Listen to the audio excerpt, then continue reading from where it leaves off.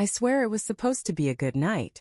We were surrounded by laughter, champagne, and the kind of music that makes you want to forget about work, about bills, about everything.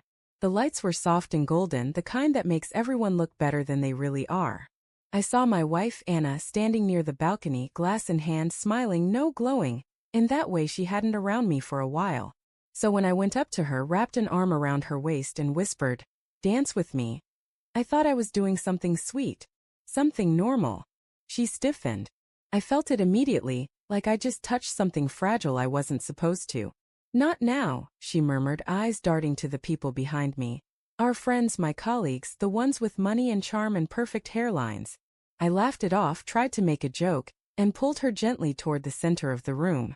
The music was slow, romantic even, and I thought maybe we could just reset.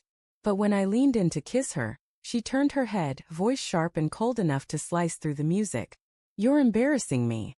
I froze. The room didn't stop, but it might as well have. I could feel eyes on us. A few awkward chuckles, some polite glances away.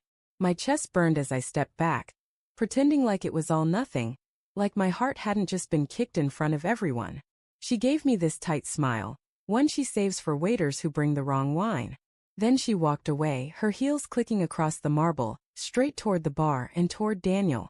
Daniel, the man I'd introduced her to 6 months ago at a company gala. My boss technically. Charismatic, wealthy, the kind of man who doesn't have to try to make people like him. The kind who walks into a room and becomes gravity itself. And I'd been proud back then that he found Anna so easy to talk to. "You two get along great," I told her. I thought it meant I had a wife who could hold her own. But that night, when she leaned across the bar laughing at something Daniel said, her hand brushing his sleeve, I felt something in me crack. Not completely, just enough to let doubt seep through. She wasn't drunk. She was alive in a way she hadn't been around me for months. Her eyes lit up for him. Her smile lingered a little too long.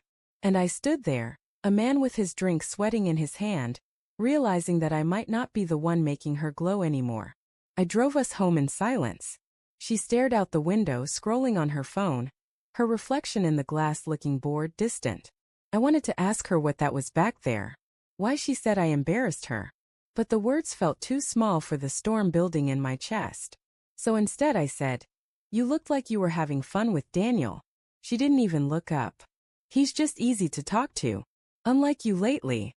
That one hit harder than I expected. Unlike me. I gripped the steering wheel tighter, the sound of the tires filling the silence. "You didn't have to make me feel like an idiot in front of everyone," I said quietly. "You were acting like one," she snapped. "You don't know how to read a room, do you? You can't just cling to me in public like that." "Cling," I repeated. "I was trying to dance with my wife." She sighed, turning back to her phone. "God, you're so dramatic." That night we didn't touch.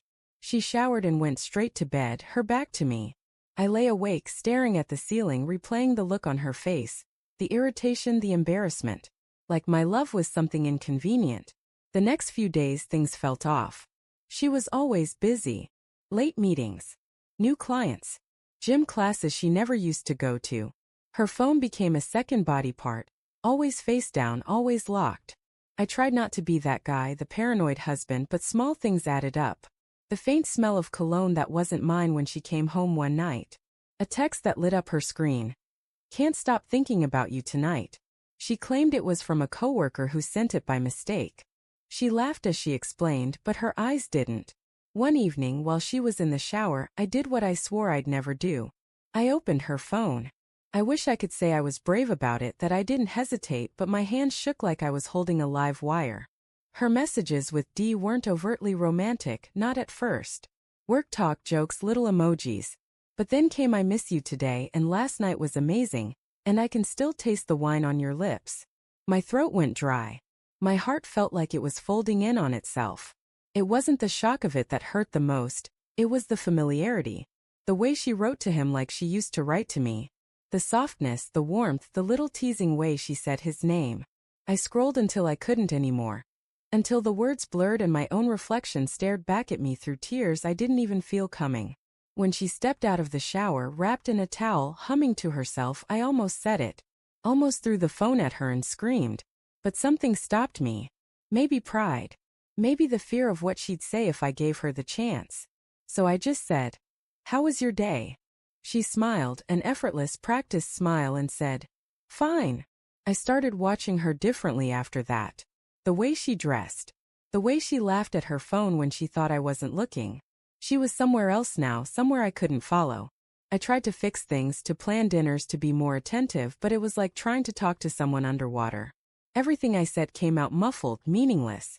Finally, one night, after 2 glasses of whiskey, I asked her outright, "Are you seeing someone else?" She froze mid-swipe on her phone. "What?" "Don't play dumb, Anna. I've seen the messages." Her face changed, not guilty, not scared, just tired. Like I was the one ruining everything. "You went through my phone?" she asked, voice low and cold. "That's all you have to say?" She stared at me for a long time before sighing. "I didn't plan for it to happen." That line, God, that line burned itself into my head. Didn't plan for it. Like it was an accident, like her heart just tripped and fell into someone else's arms. "I was lonely," she said softly. "You were always working, always tired. I needed to feel something. I wanted to yell, to throw something, but all I could do was sit there, numb. And Daniel made you feel that, huh?" She didn't deny it. She didn't have to. Her silence did all the talking. She moved out 2 weeks later. Said she needed space, said she didn't want to hurt me more. Daniel transferred to another branch, but that didn't matter. The damage was already done. The house felt like a museum after that. Quiet, sterile, filled with memories that didn't belong to me anymore. Sometimes I still think about that night at the party. The music, the laughter, the way her eyes shone under the lights, but not for me. I think about how I reached for her hand, and she pulled away, embarrassed to be seen loving me. That was the moment I lost her, even if I didn't know it yet. People say betrayal is a single act, a line crossed, but I've learned it's slower than that.